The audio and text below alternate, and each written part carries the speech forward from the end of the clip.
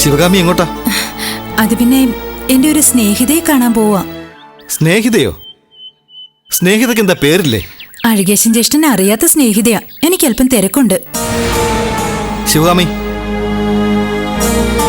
നീ എന്നെ എന്തോ കാര്യമായിട്ട് ഒളിക്കുന്നുണ്ട്. സത്യം പറ, നീ എങ്ങോട്ടാ പോകുന്നത്?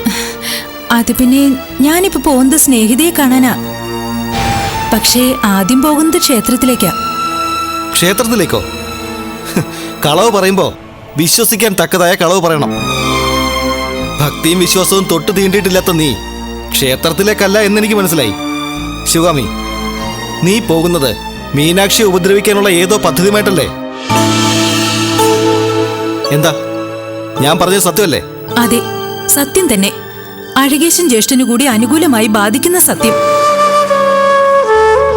മീനാക്ഷി ജീവിച്ചിരുന്ന നമ്മൾ തമ്മിലുള്ള വിവാഹം ഈ ജന്മം നടക്കില്ല.